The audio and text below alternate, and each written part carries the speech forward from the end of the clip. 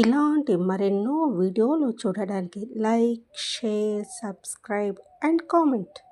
ఈరోజు ఈ వీడియోలో 2026 సంవత్సరంలో ఉగాది ఆస్థానం సందర్భంగా శ్రీవారి ఆలయంలో కోయిల్ ఆళ్వార్ తిరుమంజనం జరగనుంది. అసలు కోయిల్ ఆళ్వార్ తిరుమంజనం అంటే ఏమిటి? సంవత్సరంలో ఎన్నిసార్లు జరుగుతుంది అనే విషయాల గురించి తెలుసుకుందాము.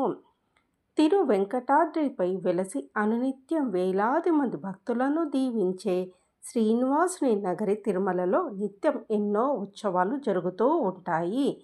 వీటిలో ఏటా 4 సార్లు నిర్వహించేది కోయిల్ ఆళ్వార్ తిరుమంజనం.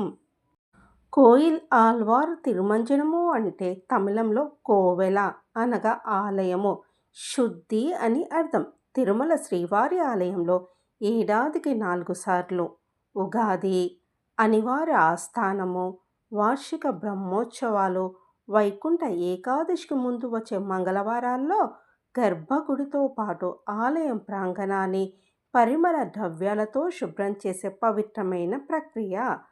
కోయిల్ అంటే గుడి, తిరుమంజనం అంటే పవిత్ర స్నానము, శుద్ధి అని అర్థము.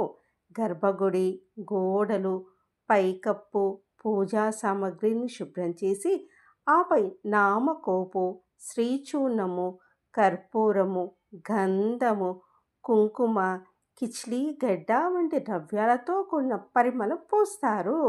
ఇది ఆలయం ప్రాంగణాన్ని శుద్ధి చేసే పురాతన సాంప్రదాయం. దీన్ని భక్తులు, అర్చకులు చేస్తారు.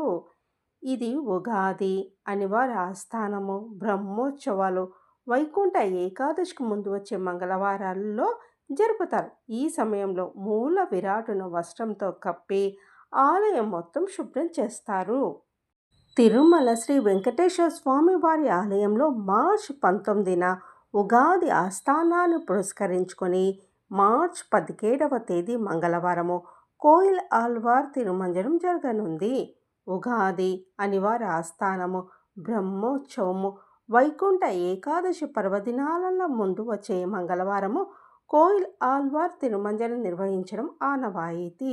ఈ సందర్భంగా తిరుమల శ్రీ వెంకటేశ్వర స్వామి ఆలయంలో మార్చి 19వ తేదీ ఉగాది ఆస్థానాన్ని పురస్కరించుకొని మార్చి 17వ తేదీ మంగళవారము విఐపి బ్రేక్ దర్శనాలు, అష్టదళ పాద పద్మారాధన సేవను టీటీడీ రద్దు చేసింది. 16వ తేదీ ప్రోటోకాల్ ప్రముఖులకు మినహా విఐపి బ్రేక్ దర్శనాలకు సిఫార్సు లేఖలు స్వీకరించబడవు.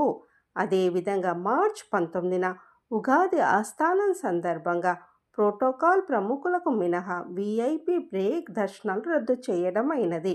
ఈ కారణంగా మార్చి 18వ తేదీ విఐపి బ్రేక్ దర్శనాలకు సిఫార్సు లేఖలు స్వీకరించబడవు.